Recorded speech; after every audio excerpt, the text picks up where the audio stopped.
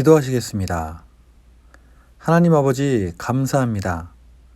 지난 밤도 지켜주시고 오늘도 이 하루를 말씀과 함께 시작하게 하심에 감사드립니다. 오늘도 허락하신 말씀을 읽고 나눌 때에 이 자리에 함께 하여 주셔서 말씀이 이해되고 깨달아지게 하여 주시옵소서. 오늘도 말씀 붙잡고 승리하는 하루 되게 하여 주시옵소서. 예수님의 이름으로 기도합니다. 아멘.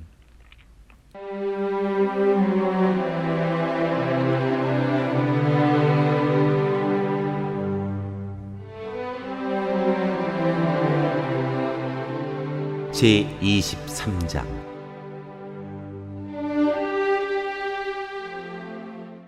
그들이 무기와 병거와 수레와 대군을 거느리고 너를 치러 올 것이다. 그들은 크고 작은 방패와 투구로 무장을 하고 사방에서 너를 치러 올 것이다. 나는 심판권을 그들에게 넘겨줄 것이고 그들은 자기들의 관습에 따라서 너를 심판할 것이다. 내가 질투하여 너희에게 분노를 터뜨리면 그들이 너를 사납게 다룰 것이다. 그들이 너의 코와 귀를 잘라낼 것이며 남은 사람들도 칼로 쓰러뜨릴 것이다. 너의 아들과 딸은 붙잡혀가고 너에게서 남은 것들은 불에 타 죽을 것이다. 그들이 너의 옷을 벗기고 화려한 장식품들을 빼앗아 갈 것이다. 이것을 보고 나는 별 잡된 무리가 다 있구나. 두 자매가 음행으로 시들어 빠진 다 늙은 장녀인 줄 알았는데 아직도 찾아오는 얼빠진 녀석들이 있구나 하는 생각이 들었다. 광야에서 온 잡된 무리와 취객들은 장녀에게 드나들듯 두 자매에게 드나들었다. 과연 그들은 음란한 여인 오홀라와 오홀리바에게 드나들었다. 그러나 의인들이 있어서 바로 그들이 간음한 여인들과 살인한 여인들을 심판하듯이 그 두 자매를 심판할 것이다. 그 두 자매가 간음을 하였고 그들의 손에 피가 묻어 있기 때문이다. 나 주 하나님이 말한다.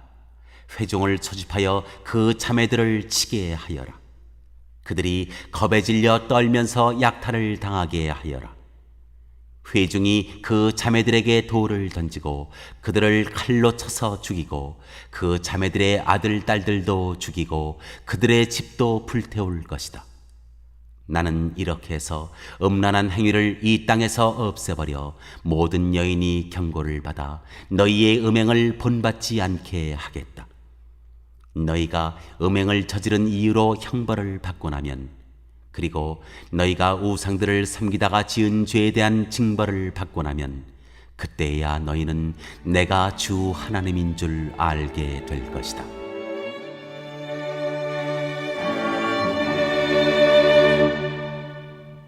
안녕하세요. 10월 21일 목요일입니다. 오늘은 에스겔 23장의 말씀을 살펴보도록 하겠습니다. 우리는 어제 22장 말씀을 통해 이스라엘 백성과 지도자들의 죄를 고발하시는 하나님의 말씀을 살펴보았습니다.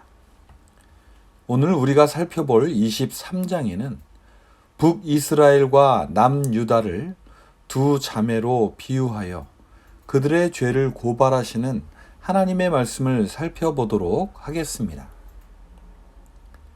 하나님은 포로지에 잡혀와 있는 에스겔에게 이스라엘이 멸망한 이유에 대해서 계속해서 말씀하고 계십니다.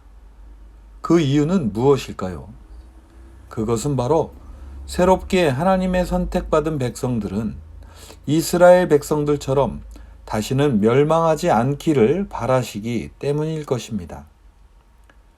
오늘 하나님께서 에스겔에게 말씀하시는 내용은 두 개로 나누어진 이스라엘을 오홀라와 오홀리바라는 자매에 비유하여 말씀하고 계십니다.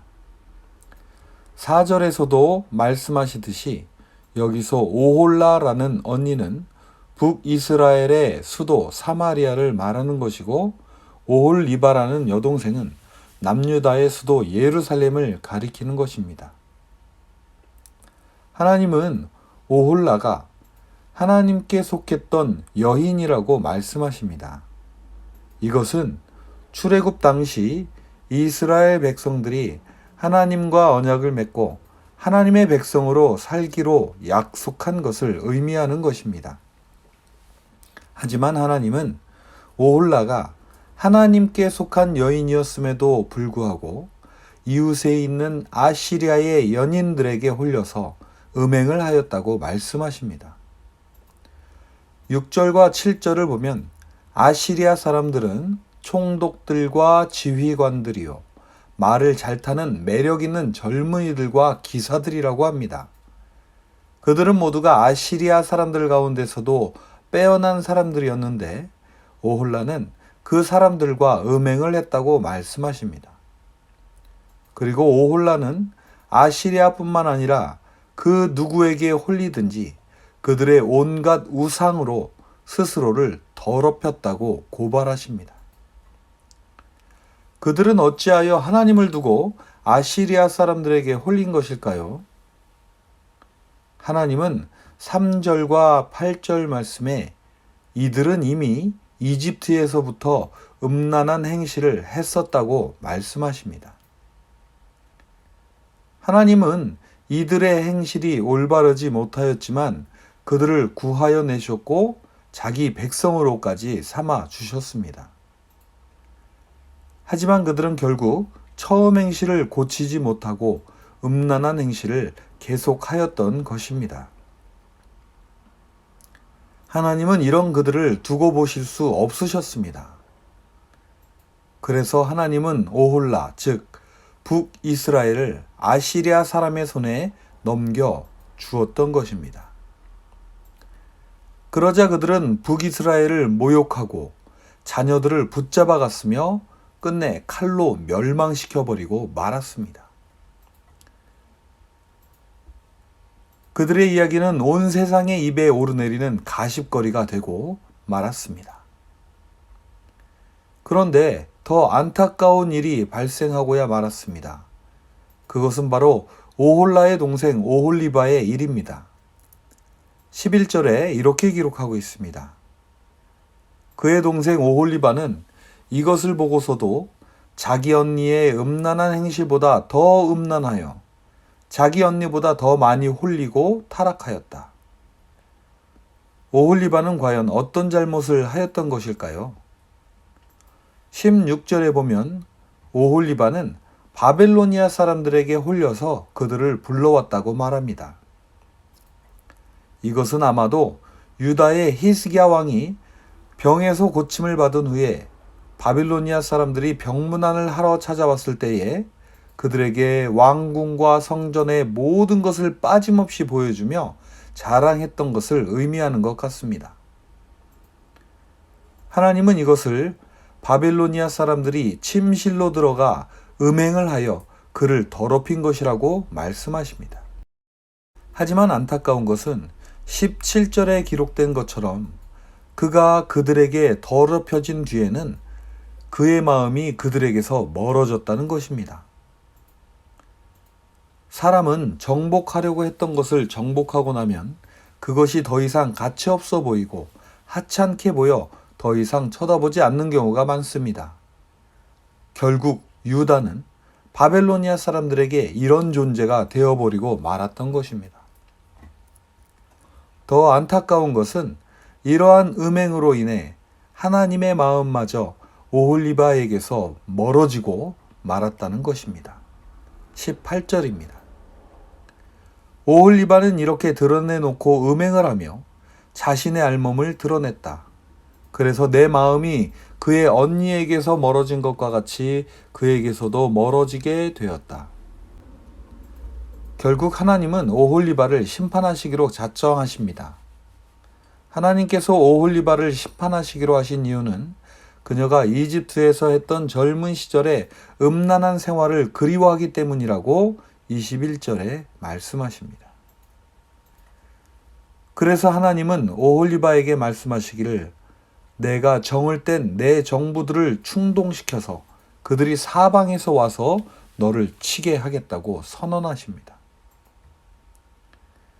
하나님의 질투로 인해 분노를 터뜨리게 되면 그들은 오홀리바를 사납게 다루며 코와 귀를 자르고 칼로 쓰러뜨릴 것이고 자녀들을 잡아가고 남은 자들은 불에 타 죽을 것이라고 말씀하십니다. 그리고 그들은 오홀리바가 수고한 모든 것을 빼앗아가고 완전히 벌거벗겨 음행과 수치를 드러내게 할 것이라고 말씀하십니다. 이런 형벌을 당하는 이유는 30절에 기록된 대로 이는 내가 이방 사람들을 쫓아다니며 음행을 하고 그들의 여러 우상으로 내 몸을 더럽혔기 때문이다 라고 말씀하시는 것입니다.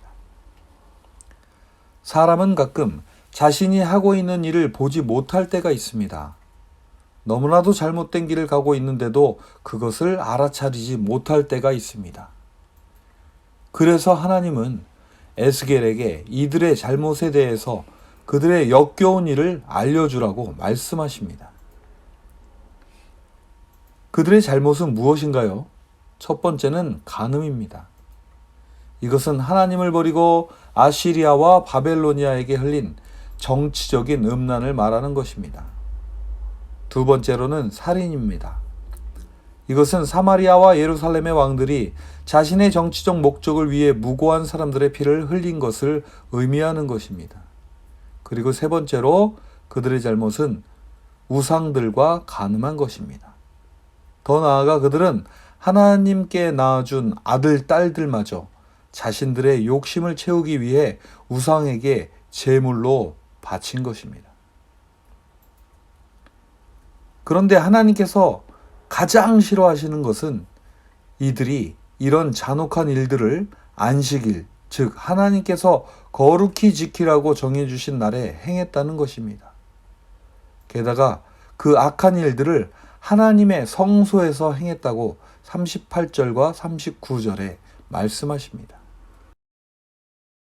결국 하나님은 45절에 이렇게 말씀하십니다. 그러나 의인들이 있어서 바로 그들이 간음한 여인들과 살인한 여인들을 심판하듯이 그 두 자매를 심판할 것이다. 그 두 자매가 간음을 하였고 그들의 손에 피가 묻어 있기 때문이다. 이어서 하나님은 회중을 소집하여 그 자매들을 치게 하라고 하십니다. 회중이 그 자매들에게 돌을 던지고 자녀들을 죽이고 집도 불태울 것이라고 하십니다. 하나님은 왜 이렇게까지 하시는 것일까요? 그것은 바로 그 자매들이 행했던 음행과 심판당하는 것을 보고 하나님의 백성들이 다시는 음행을 하지 않기를 바라셨기 때문입니다. 48절입니다. 나는 이렇게 해서 음란한 행위를 이 땅에서 없애버려 모든 여인이 경고를 받아 너희의 음행을 본받지 않게 하겠다. 우리는 오늘 사마리아와 예루살렘의 죄를 오홀라와 오홀리바의 비유로 말씀하시며 그들이 당할 심판을 말씀하시는 하나님의 말씀을 살펴보았습니다. 하나님은 이들이 이집트에서부터 음행을 했었다고 말씀하십니다. 하나님은 이것을 알면서도 그들에게 하나님의 백성이 될 수 있는 기회를 주셨습니다. 하지만 결국 그들은 그 음행을 버리지 못하고 다시 음행을 저질러 심판을 당하고 만 것입니다. 오늘의 말씀을 보며 우리들의 모습은 과연 어떠한가를 돌아보게 됩니다. 우리는 하나님을 알기 전 오홀라와도 같이 세상을 사랑하던 사람들이었습니다. 하지만 하나님은 그런 우리들의 과거를 보지 않으시고 오직 예수 그리스도를 믿는 믿음만을 보시고 하나님의 자녀로 삼아 주셨습니다. 하지만 하나님의 자녀로 살아가다 보면 우리의 행실이 옛날의 행실로 되돌아가 있는 것을 문득문득 발견하게 됩니다.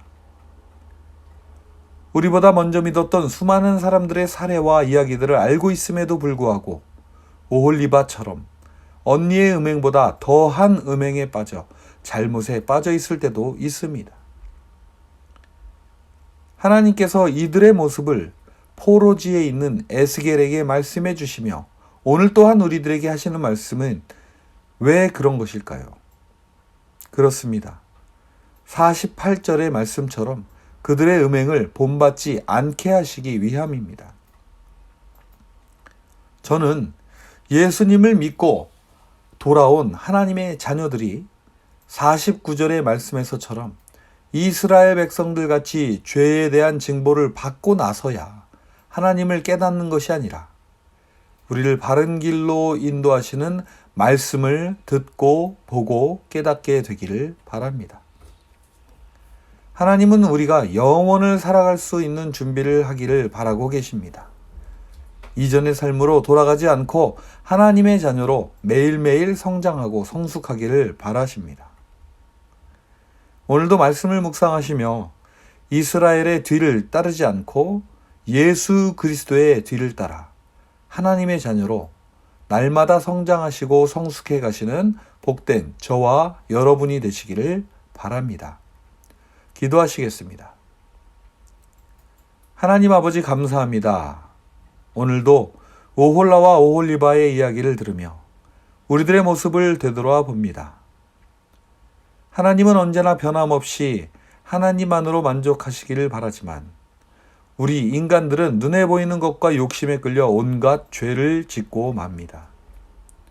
하지만 하나님께서 오늘도 저희들에게 하시는 그 말씀을 마음에 새기고 절대로 하나님을 배신하지 않고 오직 하나님만으로 감사하고 만족하는 삶 살 수 있도록 저희들의 눈과 생각과 마음을 지켜 주시옵소서.